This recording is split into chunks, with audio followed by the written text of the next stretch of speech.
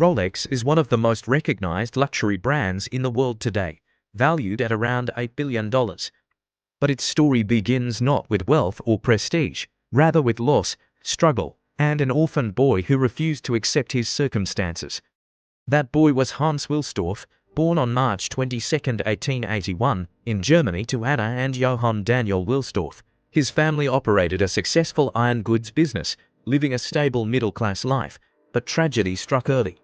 His mother died in 1892, and just a year later his father passed away, leaving Hans orphaned at only 12 years old.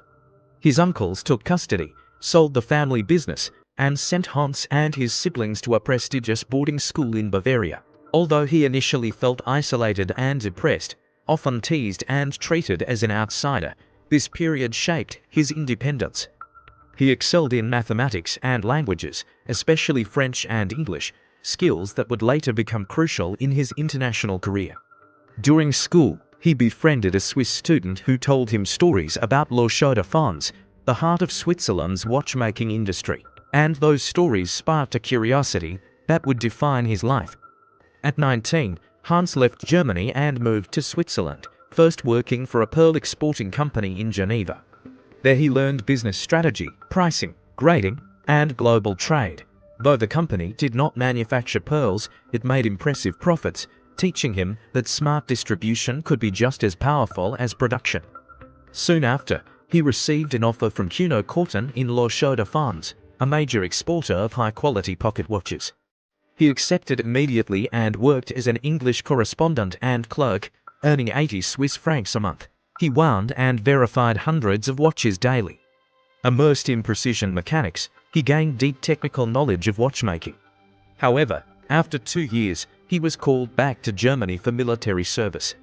Once completed, he moved to London at age 22, where he worked in watch sales and successfully expanded client networks, sharpening his understanding of branding and distribution. During this time, he met his future wife, Florence Frances Macrotti, and began dreaming of launching his own company. In 1905, with financial backing from his brother-in-law Alfred James Davis, Hans founded Wilsdorf and Davis Limited in London. They imported Swiss movements and placed them into cases for sale in England. While pocket watches dominated the market and wristwatches were considered feminine and unreliable due to their small movements, Hans saw the future differently.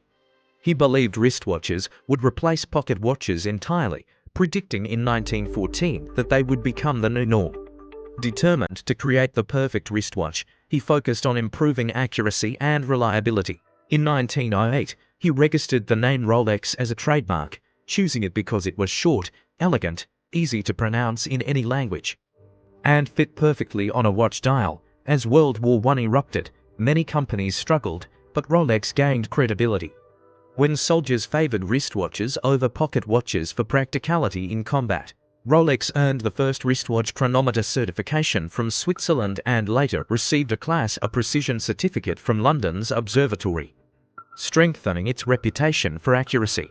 However, rising anti-German sentiment and a 33% British export tax forced Hans to relocate operations to Switzerland. In 1915, the company officially became Rolex Watch Corporation, and by 1919 headquarters moved to Geneva, where it remains today. Hans then focused on solving the biggest technical challenge, making wristwatches resistant to dust, water, heat, and cold. In 1926, Rolex introduced the groundbreaking Rolex Oyster, the first waterproof wristwatch, sealed tightly to protect its movement. To prove its durability, Hans orchestrated a brilliant marketing opportunity in 1927 when swimmer Mercedes Gleitz attempted to cross the English Channel. Though she nearly froze and did not complete the swim, the watch emerged in perfect condition. The publicity was massive, with Rolex advertisements appearing in newspapers and watches displayed in fishbowls to demonstrate waterproof capability. In 1931, Rolex introduced the Rolex Oyster Perpetual, the first waterproof, self-winding wristwatch, eliminating the need for frequent manual winding, further cementing its innovative leadership. Throughout the 1930s, Rolex watches were worn during extreme achievements, including high-altitude flights and record-breaking speed runs, by Malcolm Campbell, reinforcing the brand's image of precision and endurance.